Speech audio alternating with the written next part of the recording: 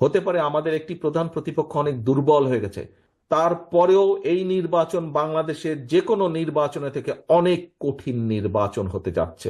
প্রিয় সহকর্মীবৃন্দ, আমরা সবসময় একটি কথা বলি, বা বিএনপির সকল ক্ষমতার উৎস জনগণ।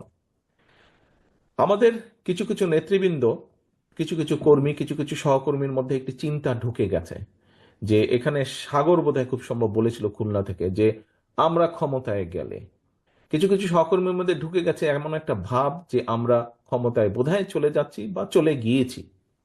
সহকর্মীবৃন্দ, আপনাদের সকলকে আমি অনুরোধ করব, একই সাথে আপনাদের সকলকে আমি দৃঢ়ভাবে বলবো, আমরা ক্ষমতায় যাইনি। আমরা ক্ষমতায় যাব কিনা আমরা জানি না। তখনই আমরা ক্ষমতায় যেতে পারবো যখন আমরা বাংলাদেশের জনগণের সমর্থন পাবো। কাজেই জনগণের সমর্থন পাবো। এখন জনগণের সমর্থন আমাদেরকে আদায় করতে হবে। জনগণের সমর্থন যদি আদায় করতে হয়, এখানে আপনারা আজকে যারা উপস্থিত আছেন, আপনাদের সকলকে কিন্তু আমরা এখানে আজকে আমন্ত্রণ জানিয়েছি একজন নেতা হিসাবে। হতে পারেন আপনি একজন জেলার নেতা, হতে পারেন উপজেলা, বা হতে পারেন ইউনিয়ন পর্যায়ের নেতা, কিন্তু আপনি নেতা বলেই কিন্তু আজকে এখানে আপনাকে দাওয়াত দেওয়া হয়েছে। এবং সেজন্যই নেতা, আপনার কথা, আপনার কাজ, আপনার উঠা বসা, আপনার চলাফেরা সবকিছুর উপর নির্ভর করছে বিএনপির আগামী দিনের ভবিষ্যৎ। বিএনপির আগামী দিনের ভবিষ্যৎ। আপনি বিএনপিরই হন না কেন, আপনি ছাত্র দলেরই হন না কেন, আপনি যুবদল, স্বেচ্ছাসেবক, কৃষক দল, মহিলা দল, যেই দলের নেতাই হয়ে থাকুন না কেন, আপনাকে মানুষ এক বাক্যে চিনে বিএনপি হিসাবে। কাজেই আমাদের আগামী দিনের আমাদের সকল কিছু এমন হতে হবে যাতে জনগণের সমর্থন আপনার প্রতি থাকে, যাতে জনগণের সমর্থন দলের প্রতি থাকে।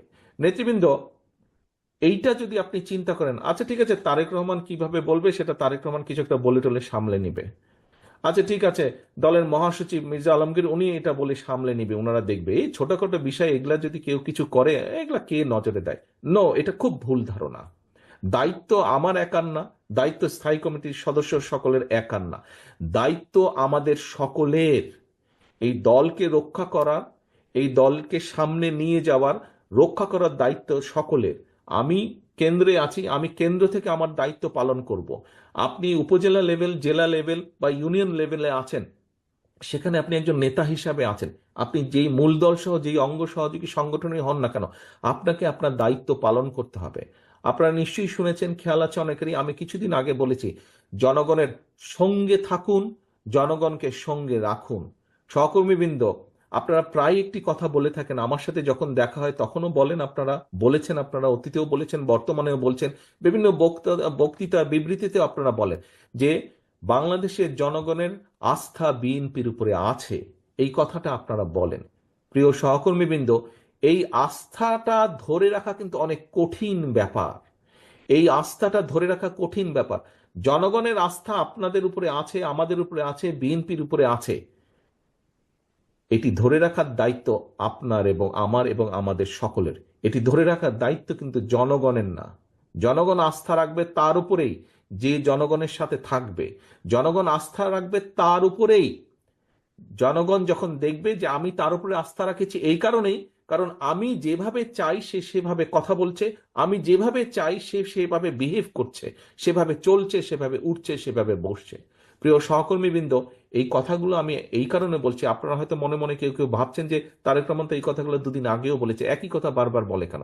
একই কথা এই জন্য বারে বারে বলছি সহকর্মীবৃন্দ, আগামী দিনে যে নির্বাচনটি আসছে, আগেও বলেছি, আজও আপনাদের সামনে আমি তুলে ধরতে চাই পরিষ্কারভাবে।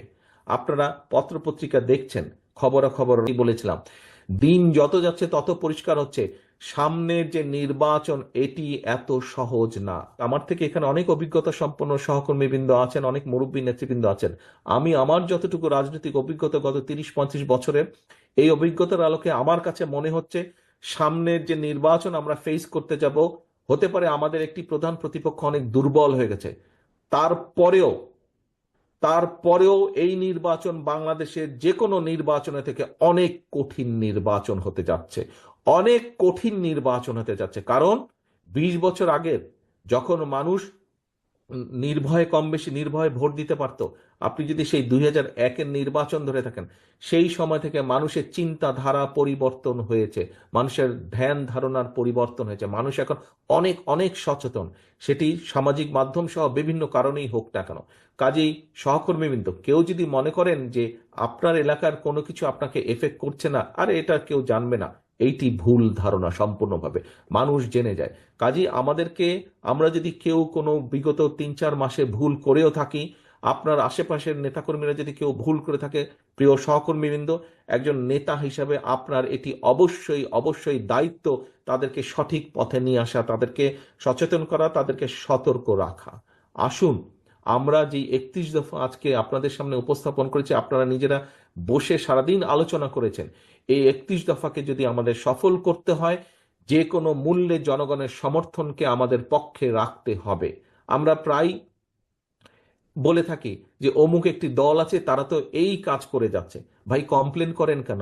ওরা যদি এই কাজ করে যাচ্ছে, ভিতরে ভিতরে এই কাজ করে যাচ্ছে, তো আপনি কেন করতে পারছেন না এই কাজ? আপনাকে আপনার দলের পক্ষে পরিকল্পনা নিতে হবে, আপনাকেও কাজ করতে হবে। কমপ্লেন করা চলবে না।